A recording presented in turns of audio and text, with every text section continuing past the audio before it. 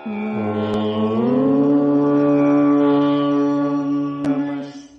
आचार्य जी नमस्ते। सत रज और तम और इसके साथ में महत भी है क्या आचार्य जी? ये क्या चीजें हैं सत रज तम और महत, इसके बारे में स्पष्ट करें थोड़ा सा।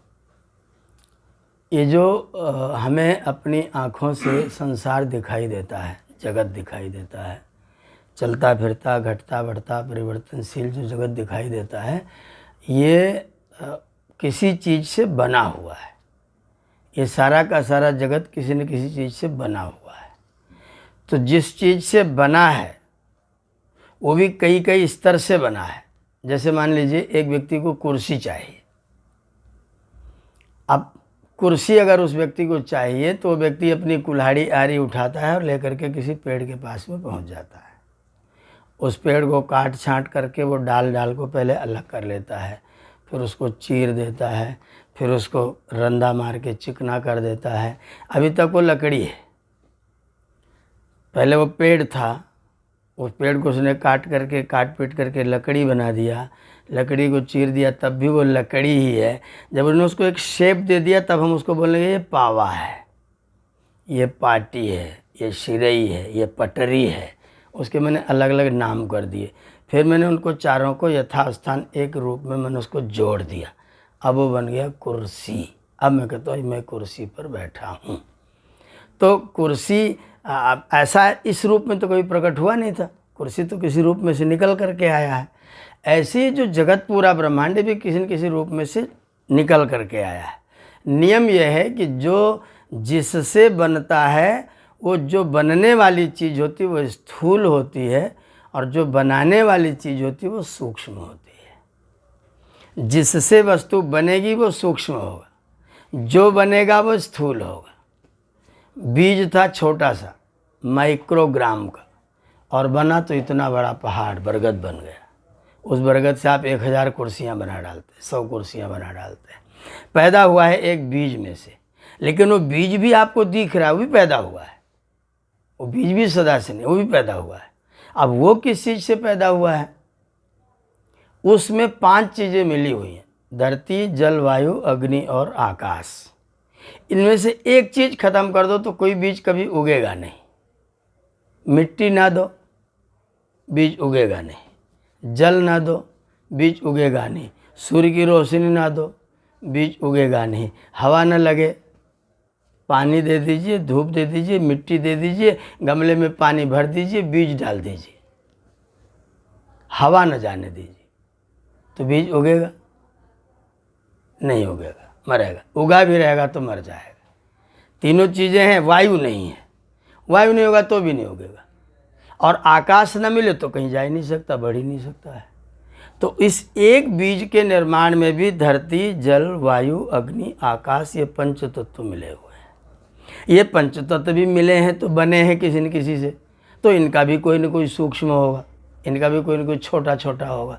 इनके 5 चीज़ें फिर छोटी छोटी एक एक चीज़ की, उसका नाम है सूक्ष्म तन्मात्र, सूक्ष्म तत्व, सूक्ष्म भूत अथवा तन्मात्र।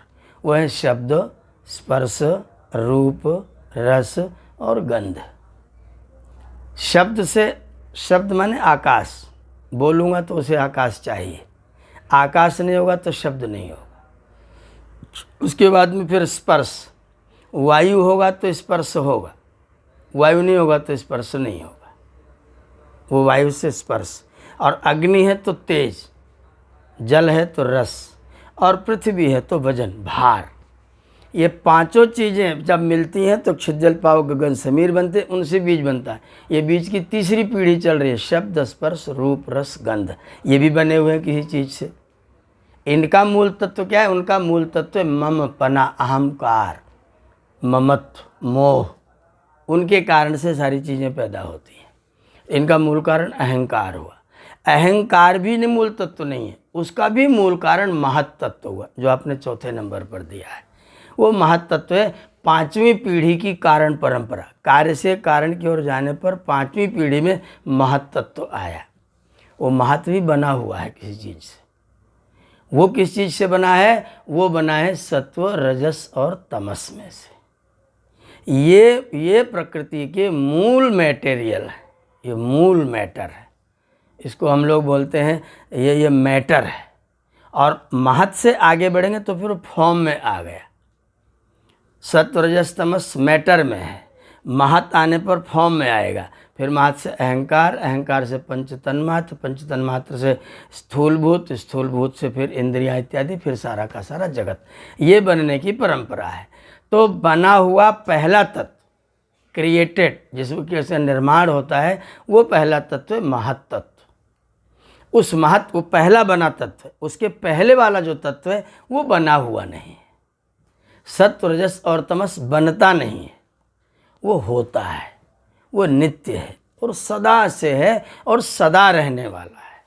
उसमें कभी उसका विनाश, उसकी समाप्ति कभी होने वाली नहीं है। अब सत्व क्या है? प्रकाश, चेतना, अनुभूति, प्रतीति, ज्ञान, चमक, लाइट, यह है सत्व। ये सत्व के कारण से है। गति जितनी है, चेष्टा, वो सब रजस के कारण से है। और स्थिरता जितनी, वो तमस के कारण से है। हम विश्राम करते हैं, हम सो जाते हैं, ये तमस के कारण से है। हम चलते फिरते हैं, रजस के कारण से है। हम पढ़ते लिखते हैं, सीखते हैं, ये सत्व के कारण से है। अगर ये तीनों तत्व ना होंगे तो हम नहीं होंगे।